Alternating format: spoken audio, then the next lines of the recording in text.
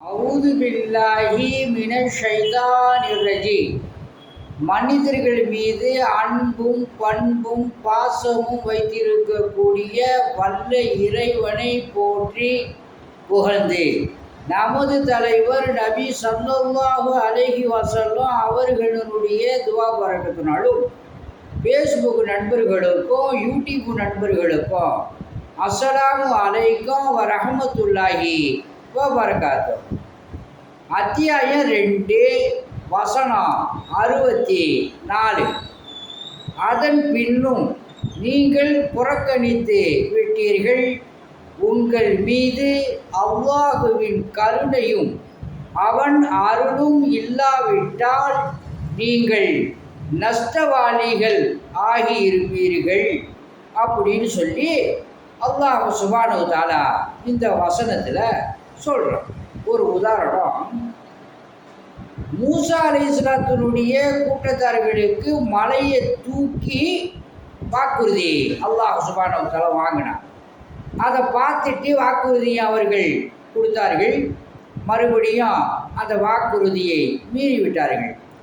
மறுபடியும் ரப்புல் ஆலமீன் அவர்களை அல்லாஹுடைய அல்லாஹ் கருணையாளனா இருக்கிறதுனால மூசா அலைஹிஸ்ஸலாத்தினுடைய கூட்டத்தாரை நான் உங்களை மன்னித்தேன், என்னுடைய கருணை இல்லைன்னு சொன்னால் நீங்கள் நஷ்டவாளியாக ஆகியிருப்பீர்கள் அப்படின்னு அல்லாஹ் தஆலா இந்த வசனத்தில் சொல்கிறார்.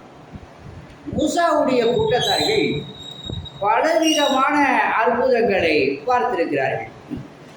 தண்ணீர் வேண்டி கேட்கும் பொழுது தண்ணீர் கொடுத்தான், உணவு கேட்கும் பொழுது உணவு கொடுத்தான், கடல்களை பிளந்து அவர்களை காப்பாற்றினான்.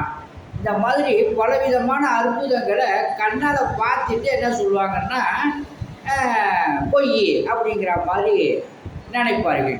அப்போது நம்மளுடைய இறைவன்கிட்ட கேளுன்னு மூசா அலைஹிஸ்ஸலாத்தினுடைய கூட்டத்தார்கள் சொல்ல மாட்டார்கள்.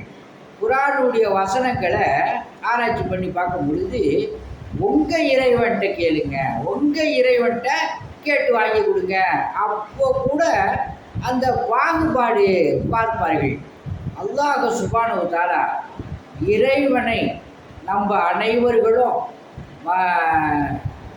நம்பக்கூடியவர்களாக ஆக்கி அருள் புரிவானாக என்று சொல்லி எனது உரையை முடிக்கின்றேன்.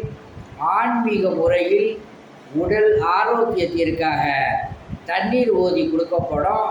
அல்லாஹுடைய மாபெரும் கிருபையை கொண்டு குணமாகும்.